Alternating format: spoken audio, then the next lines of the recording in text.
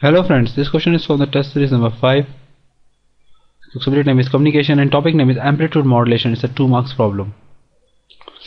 Okay, the question says that a carrier signal of 1 volt, amplitude and the sinusoidal modulation signal of 0.5 volt put in a series are applied in a square law modulator characteristic. Okay, one carrier signal and a modulating signal of their respectively magnitude of 1 volt and 0.5 volt are applied to a square law modulator which has a characteristic equation I naught is equal to 10 plus k times vi plus k dash times vi square.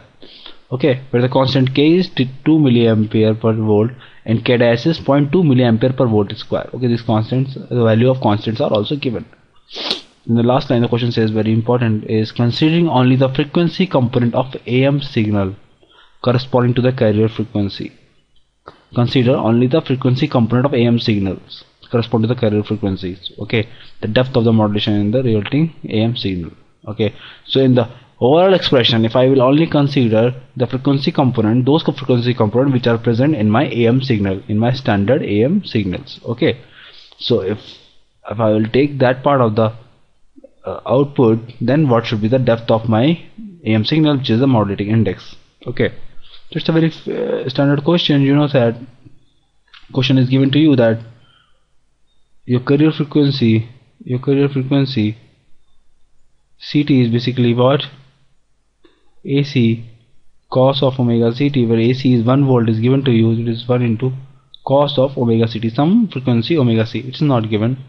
Similarly, my modulating signal MT will be what? It will be AM cos of omega MT, where AM value is 0.5 volt is given to me, so it's 0.5 cos of omega MT. Okay, so carrier signal is clear, modulating signal is clear. So, and what is my overall output signal? VT. My VT signal will be nothing but MT plus CT, or CT plus MT, vice versa. Okay, whichever you like. So it will be simply cos of omega CT plus 0.5 cos of omega MT. Okay, cos of omega CT plus cos of omega MT, which is my voltage signal. Now just put this signal into the voltage signal in the expression of current, which is what? Which is I naught times 10 plus k of cos of omega CT plus 0.5 of cos of omega MT plus k dash times the whole square of the voltage signal cos of omega CT plus 0.5 of cos of omega MT whole square. Just we need to open the whole square and we need to we need to put the terms in a one line. So you will have your I naught output expression current I naught is equal to 10 plus k of cos of omega CT plus 0.5 times cos of omega MT plus k dash times cos square omega MT plus k dash times 0.5 square cos of omega MT plus twice k dash into 0.5 times cos of omega MT plus cos of omega MT. I have just opened the bracket. I have just written down all these 6 terms from the above expression.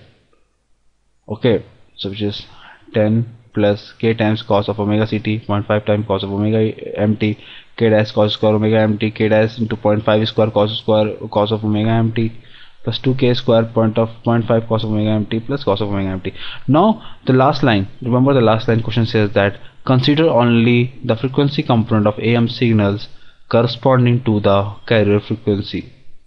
Okay, basically you need to just consider those signals which are present in the AM or amplitude modulation signals. Okay, so in the AM we know that what we have in the AM, in the amplitude modulation, what we have in the general amplitude modulation, we have a carrier signal which is k times cos of omega CT. Then I have modulating signal also omega MT. Then there is another term which is associated with the carrier, which is cos of omega ct.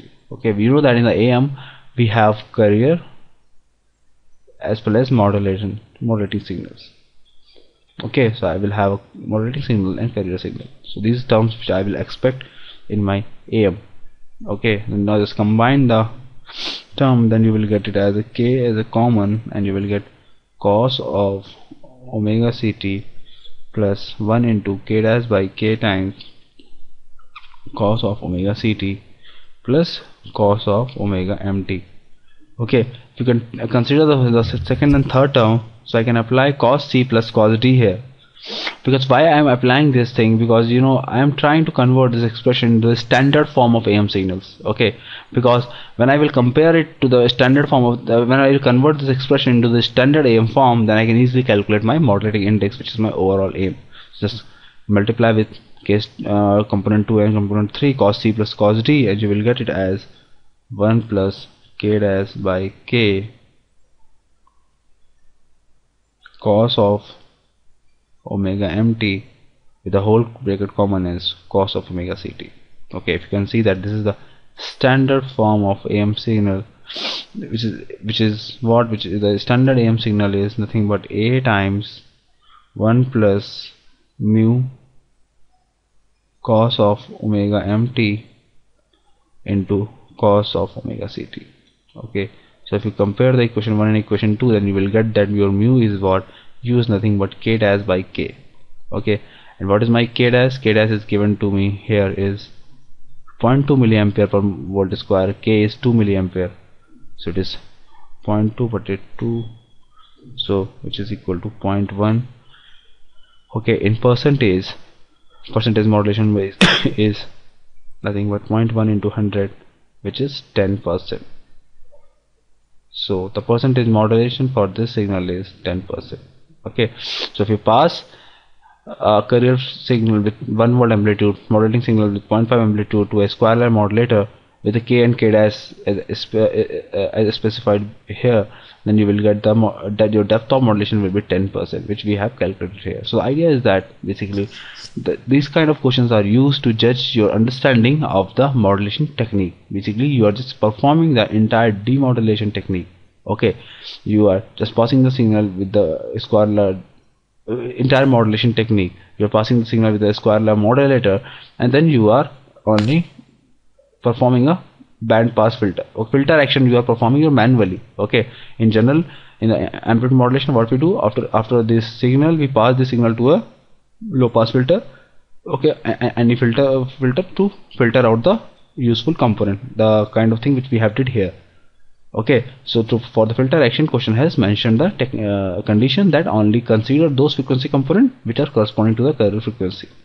Okay, we have only considered those frequency component which are useful for my AM signal. Okay, and then we have converted the expression into the standard form, and we have calculated the modulation index mu. Okay, which is 10% in this case. Thank you.